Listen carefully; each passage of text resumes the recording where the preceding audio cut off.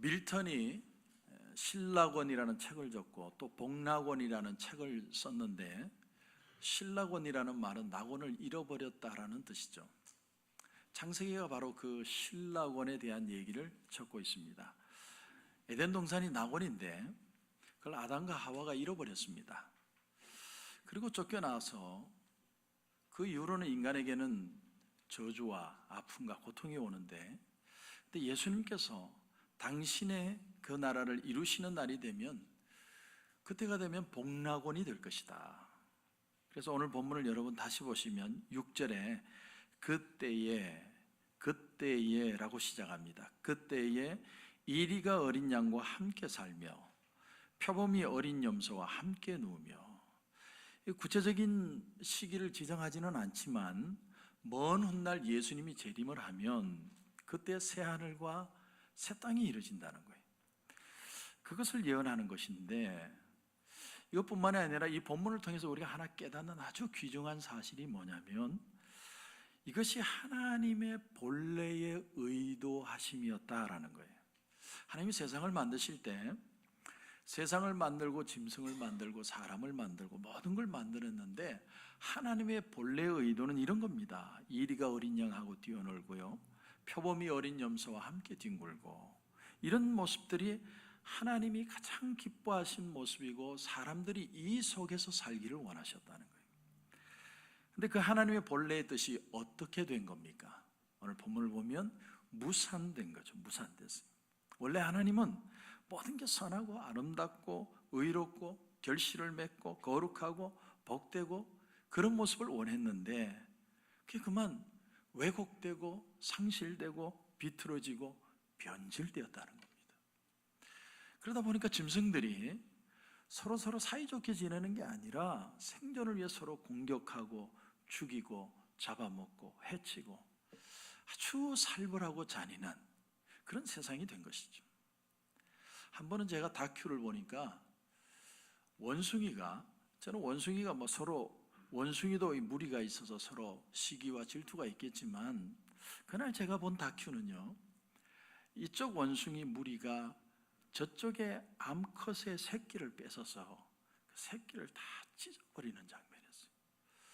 저는 원숭이의 세계를 보면서 아주 참 이해할 수 없는 장면, 그날 이후로는 그런 모습을 못 본 것 같은데, 우리 자연이 그렇다는 거죠. 자연이, 동물이 그렇습니다. 자연을 보실 때 우리는 얼마나 이 자연이 아름답느냐, 뭐 지금 테메큘라에는 파피꽃입니까? 뭐 몇십 년, 몇백 년 만인지 몇십 년 만인지 펴가지고 뭐 난리도 아닙니다. 저는 가보지도 못했는데, 그러니까 세상을 보면서 저 노을과 아침에 뜨는 해와 풍경과 바다와 저 부는 바람과, 세상은 낙원 같다, 이렇게 말하는 사람이 있으면 그분은 문학 소녀의 기질이 있는 것이고, 세상을 낭만적으로만 보는 것이고, 자기가 보고 싶은 것만 보는 사람이에요. 자연에는 아름답고 멋있고 훌륭한 면도 있지만, 자연의 모습을 다 보게 되면 자연은요, 무섭습니다. 그래서 악한 면이 있어요. 악한 면. 남태평양의 폴리네시아의 화산에 대한 다큐를 본 적이 있는데, 거기 보면 이 남태평양 하면 여러분 뭘 생각하십니까? 그 야자수나무와 푸른 바다와 지는 해에 훌라춤을 추는 그런 여인을 연상을 하는데, 그런데요, 그게 화산대랍니다. 남태평양이. 그래서 화산 폭발이 터지면, 화산이 터지는 날 그 화산재 때문에 섬 자체가 다 끝난답니다. 그걸로 끝나는 게 아니라, 그것이 이제 화산재가 위로 올라가서 바람을 타고 움직이는데, 한 번은 필리핀에서 터진 그 화산재 때문에 적도 부근의 국가들이 온도가 2도가 내려간답니다. 그러니까 한국에 일어나는 그 미세먼지도 무시할 수 없는 거예요. 여러분, 우리는 자연을 보면요, 너무 아름답다, 자연으로 돌아가자, 너무 소녀 같은 생각입니다. 자연은 무섭습니다. 잔인합니다. 살벌하죠. 우리는 다른 별에도 생명이 존재할까, 우리가 그런 생각을 하는데, 정말로 지혜롭게 생각하는 분이라면 지구에 생명이 존재할 수 있다는 그 자체가 놀라운 것입니다. 왜냐하면 지구라는 것도 조금만 삐끗하면 생명 자체가 존재할 수가 없는 곳입니다. 인류가 존재하는 것 자체가 불가능한 거죠. 그게 지구입니다. 그나마 이만큼이라도 우리가 지금 살 수 있는 이유가 뭐냐면 그 속에 하나님의 은혜가 있기 때문이에요. 얼마나 세상이 살벌하고 또 사람이 생존하기 어려운 그런 위험이 존재하는지 우리 모릅니다. 예수님이 제자들과 배를 타고 갈릴리 바다를 지나가시는데 성경에 보면 광풍이 불었다고 그러죠. 광풍. 광풍은 미칠 광자의 바람풍자입니다. 바람이 미친 거예요. 그래서 성경을 보면 이해가 안 되는 게 예수님이 그 광풍과 바다를 보면서 꾸짖으십니다. 바다여 잔잔하라, 바람아 잔잔하라.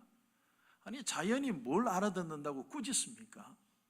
그런데 주님이 보시기에는 그 뒤에 악한 인격이 있다는 걸 느끼시고 꾸짖으니까 바람과 바다가 잔잔해집니다.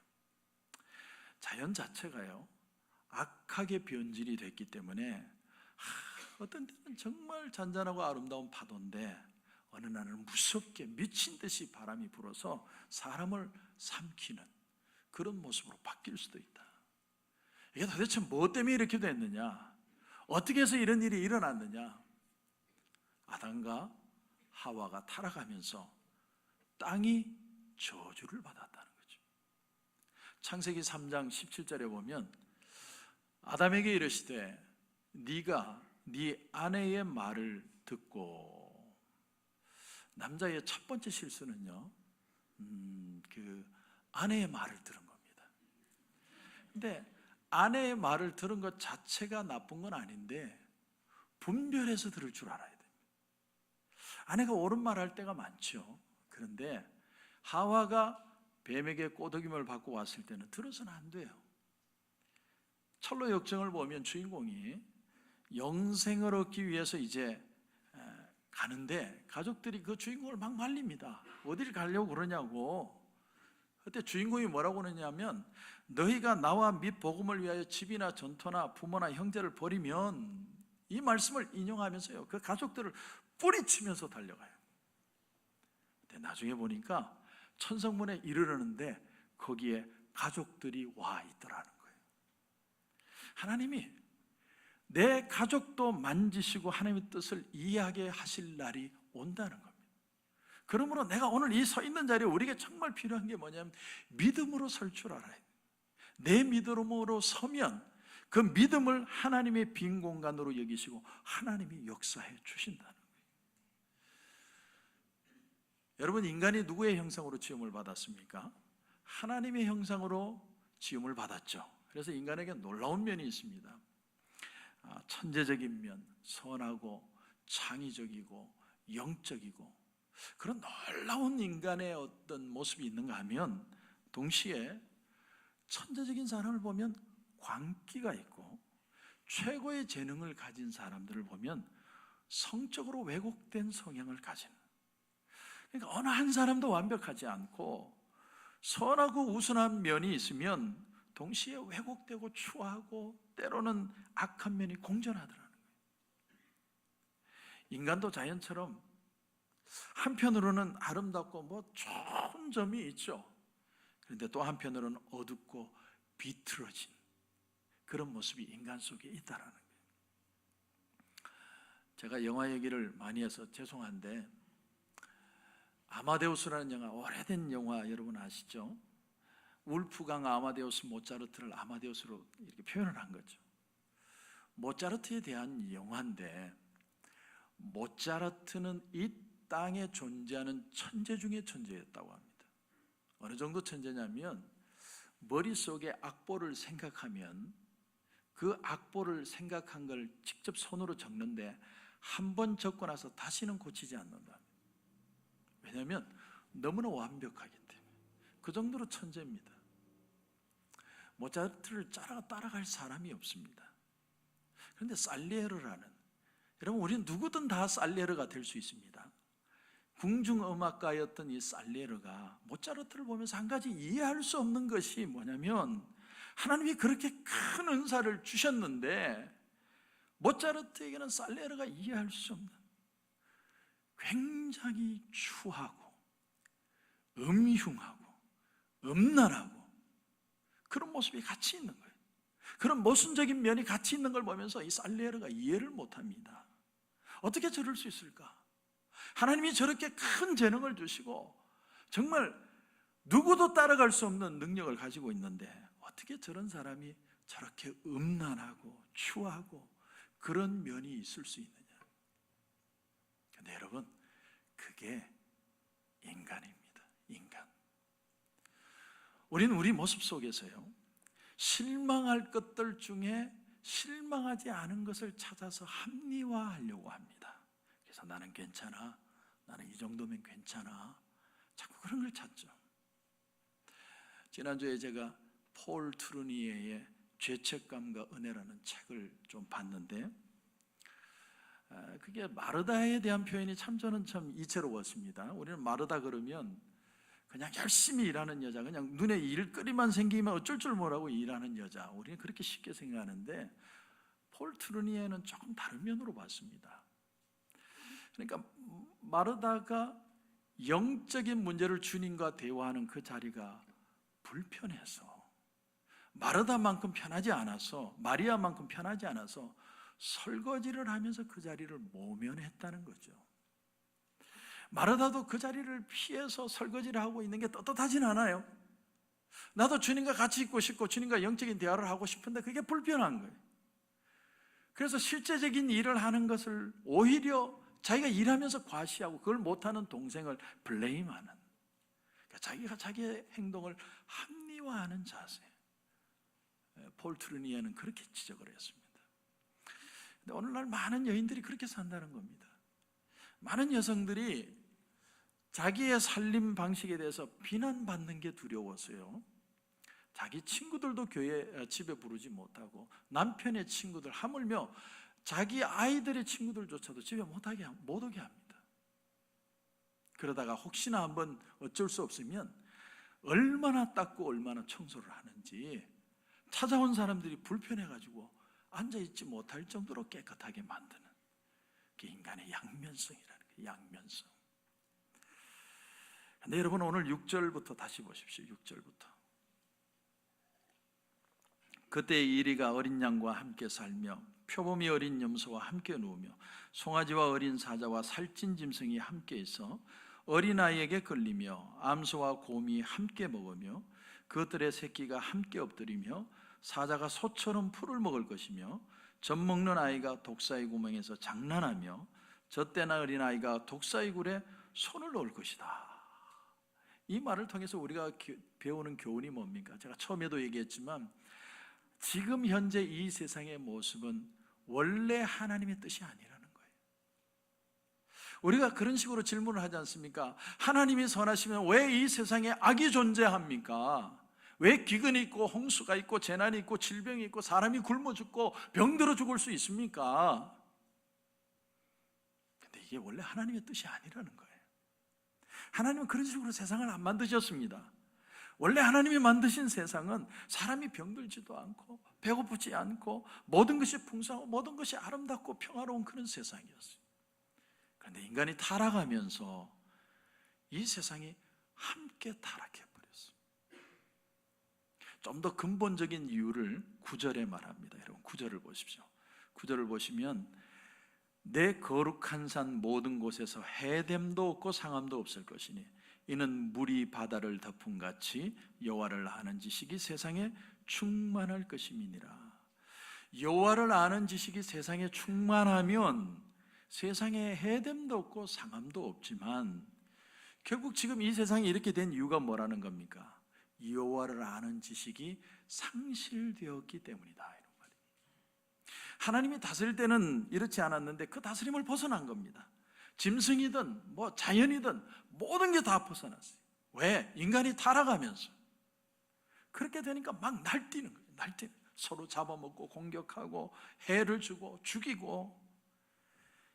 이게 모든 것이 어디서 온 거냐? 하나님을 아는 지식에서 벗어나니까. 이 세상 주인이 아담이었는데 이 세상을 다스릴 권한을 줬는데 아담이 타락을 하니까 자신만, 인간만 타락하고 끝나는 게 아니라 자연까지도 다 피폐해버려요. 마치 뭐와 같으냐면 따뜻한 여름날 여러분이 김밥을 하나 다 방금 나온 따끈따끈한 김밥을 차에다 뒀습니다. 근데 날씨가 더워요. 너무너무 덥다 보면 나중에 김밥을 먹는데 그 안에 있는 시금치가 상하는 거예요. 그래서 요즘은 시금치를 안 넣습니다. 그런데 시금치가 상하는 거예요. 그러면 시금치 하나 상한 것 때문에 김밥 자체를 다 버려버립니다. 인간의 모습이 그렇다는 거예요. 사람에게 여러 가지 좋은 면이 있습니다. 그런데 하나가 상한 부분이 섞여 있는 거예요. 그게 섞여 있었어요. 그래서 이제 나머지는 상하지 않았는데 그 상한 하나 때문에 김밥을 못 먹는 것처럼 다 버림을 받는 거예요. 그러니까 사람이 자기 스스로 자기를 구원할 수 없는 이유가 바로 여기에 있습니다. 원래 하나님의 뜻이 이런 것이 아니지만 타락하고 나니까 자연이든 짐승이든 인간이든 똑같이 금이 가고 똑같이 결함이 생긴 거예요. 자, 그런데 여러분 놀라운 말씀이 10절입니다. 10절을 보십시오. 그날에 이새의 뿌리에서 한 싹이 나서, 한 싹이 난다. 이게 뭐냐면 우리가 어릴 때 그 조례 월요일만 되면 운동장에 모이는데 한 아이가 기준하면 모든 아이들이 그 앞에 줄을 섭니다. 기준 딱 서면 다 섭니다. 여기 이새의 뿌리라는 말은 예수 그리스도를 뜻하죠. 예수님이 기준이 되었다는 거예요. 이제 내 앞에 다 서, 이렇게 하는 거예요. 예수님이 손을 드니까 모든 사람들이 예수님을 중심으로 줄을 서기를 시작한다는 거예요.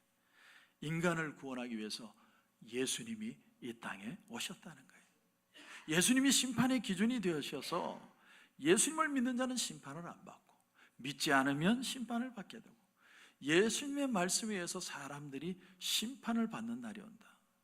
그러므로 모든 사람들은요 주님 앞에 줄을 서는 거예요.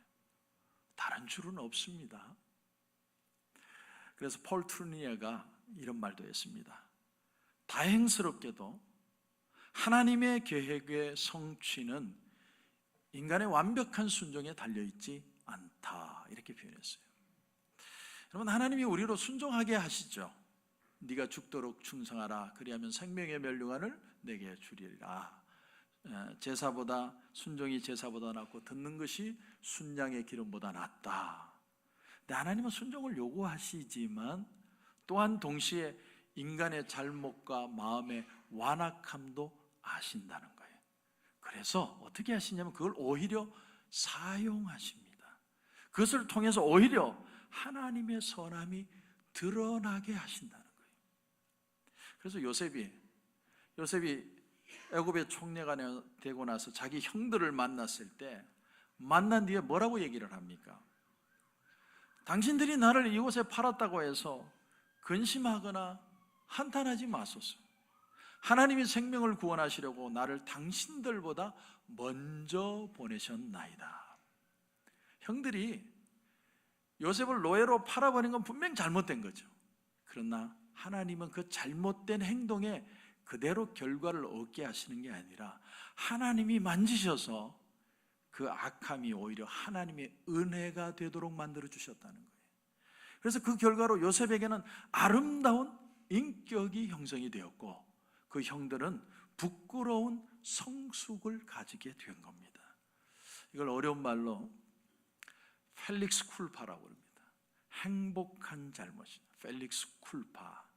좀 어려운 얘기지만 라이프니츠라는 철학자가 한 얘기예요. 행복한 잘못이에요.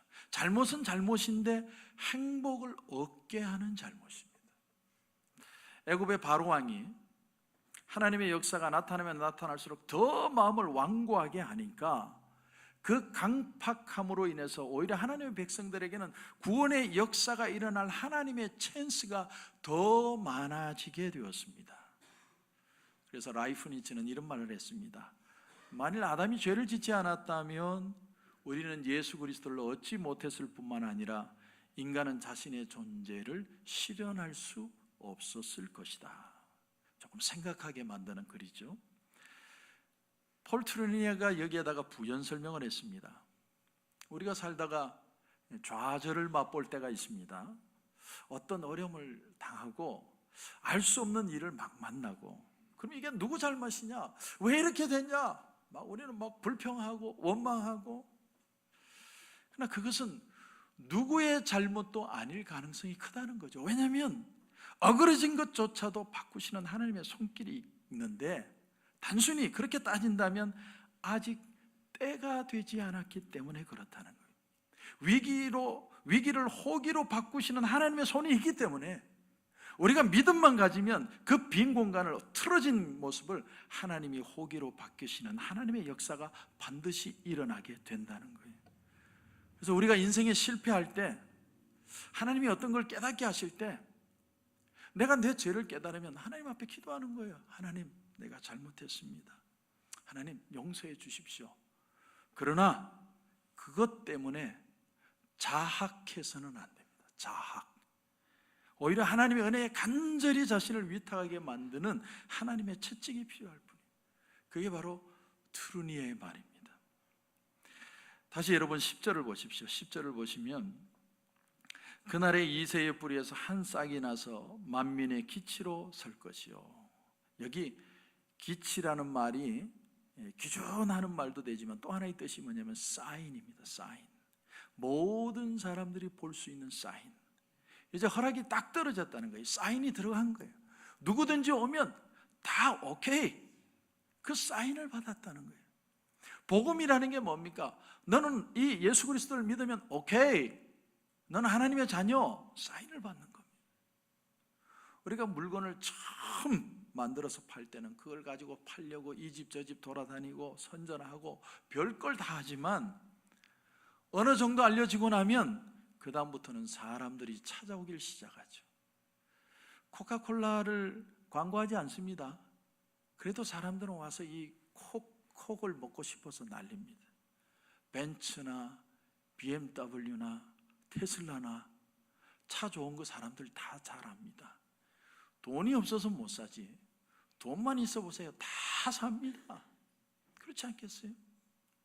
이처럼 예수 그리스도가 모든 사람의 사인이 될 때 열방이 그에게로 돌아오게 될 것이다. 그날이 지금 오고 있습니다. 여기 돌아온다는 말은 현재적인 미래입니다. 지금도 돌아오고 있고 계속해서 돌아오게 될 것이라는 거예요. 지금은 우리가 예수님 믿으세요, 예수님을 구주로 모시세요, 이렇게 막 전도를 하지만 어느 순간이 되면 모든 사람들이 예수님을 알고 예수님께로 돌아오는 그날이 올 것이라는 겁니다.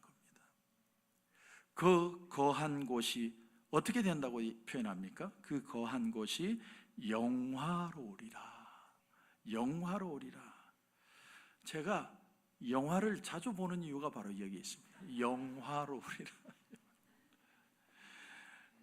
그런데 여기서 이제 중요한 게 뭐냐면, 짜장면이나 피자는 배달하면 배달을 오지만 고급 레스토랑은 좋은 음식을 먹으려면 내가 가야 되는 것처럼 거기를 가야 돼요.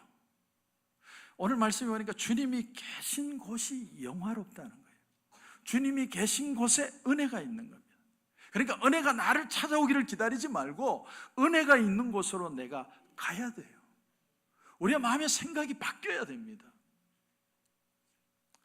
마리아, 예수님의 어머니 마리아, 가브리엘 천사가 나타나서 네가 잉태하리라, 그리고 아이의 이름을 임마누엘이라 하리라, 이렇게 말씀하실 때 마리아는요, 그야말로 자기 안에 섞일 수 없는 두 세계를 갑자기 경험한 거예요.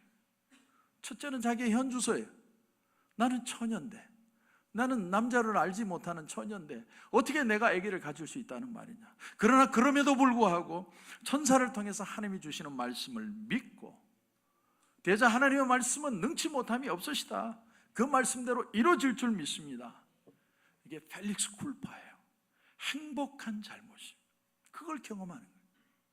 마리아가 그 어린 나이에 자기가 쉽게 섞을 수 없는, 소화할 수 없는 두 개의 현실을 받아들이고 있는, 한편으로는 나는 처녀인데 그런데 그럼에도 하나님이 내게 아들을 주시고 그를 통하여 죄로부터 사람을 구원할 것이다. 이걸 믿음으로 받아들이는 거예요.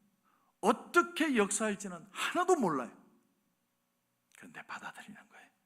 그랬더니 그대로 됐습니다. 이게 믿음의 사람이고 주님이 영화로움을 받으시는 것이고 만민의 기치가 된다는 말의 뜻이에요. 좀 더 나가서 적극적으로 펠릭스 쿨파, 행복한 잘못을 경험했던 인물이 있다면 기드온입니다. 기드온. 네가 300명의 용사로 나가서 저들을 물리치리라. 기드온은 처음에 이게 꿈인가 생신가 했습니다. 두 가지 세계가 훅 들어왔어요. 나는 약한 지파인데, 난 아무것도 아닌데, 근데 어떻게 내가 이 백성을 데리고 적들을 물리칠 수 있느냐 고민을 하다가 하나님께 두 가지 적극적인 요청을 합니다.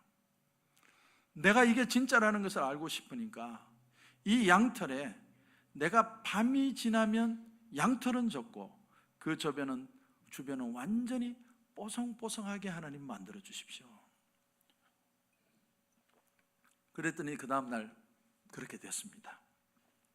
그래서 한 번 더 하나님 앞에 부탁을 해요. 하나님, 이번에는 양털만 뽀송뽀송하고 나머지는 다 젖게 해주십시오. 왜 기드온이 그렇게 했느냐? 자기는요, 어떤 게 들려올 때 이게 쉽게 망상이라든지 허상이라든지 자기 상상의 세계에 빠질 수 있는 그런 사람이 아니고 냉철하게 현실을 분별할 수 있는 사람이기 때문에 이게 정말 하나님의 말씀인지를 내가 알고 싶은 거예요. 그저 믿기만 하는 게 아니라 적극적으로 믿고 싶습니다. 하나님, 그래서 보여주십시오. 검증하게 해주십시오. 근데 하나님이 거기에 컨펌 하신 겁니다. 하나님이 그 요청을 수용하셨어요. 이걸 오늘날 우리 사정에 적용하면 똑같습니다. 하나님이 예수 믿는 우리를 의롭다고 하실 때 처음에는 우리가 그게 안 받아들이죠. 우리에게는 두 세계가 있습니다. 나는 죄인인데, 나는 죄 짓고 사는데, 나는 음흉한데, 나는 못났는데 나 같은 사람이 어떻게 구원을 받아? 그래서 나 같은 죄인 살리신 주 은혜 놀라와 하나님의 은혜를 생각하면 눈물밖에 나지 않는 거예요. 그러나 그럼에도 불구하고 하나님이 나를 어렵다고 하시니까 그것을 우리가 받아들이는 거예요. 수용하는 겁니다. 그대로 믿는 겁니다. 대저 하나님의 말씀대로 될지어다. 받아들이는 게 믿음이에요. 이게 바로 펠릭스 쿨파입니다. 행복한 잘못이. 그래서 그 믿음을 보시고 하나님이 의로 여겨 주시는 겁니다. 그러므로 여러분, 하나님의 영광을 보려면 주님이 역사하시는 곳을 찾아가면 돼요. 우리 생각의 패러다임이 바뀌어야 됩니다. 왜 나는 안 되고, 왜 하나님 은혜 안 주시고, 나는 능력 안 주시고, 그런 소리 할 필요 없습니다. 찾아가면 돼요. 은혜를 받기 원하면 은혜가 있는 곳으로 오면 됩니다. 단순한 원리예요. 그걸 못해서 일평생 사람들이 하나님이 없다고 얘기하는 거예요. 하나님이 없기는 왜 없습니까? 하나님이 역사하시는 것에 관심을 갖지 않으니까 하나님의 은혜를 체험하지 못하는 거예요. 오늘 주님이 손을 높이 드셨습니다. 기준, 내가 구원의 사인이다. 오늘 주님 앞에 나오시고 주님을 만나고 주님을 경험하여서 다시 한번 내 속에 은혜가 살아나고 살아야 될 이유를 발견하고 이 세상을 기쁨과 감격으로 살아가는 그런 축복된 삶이 저와 여러분 가운데 넘치시기를 주님의 이름으로 축원합니다. 우리 한번 눈을 감겠습니다.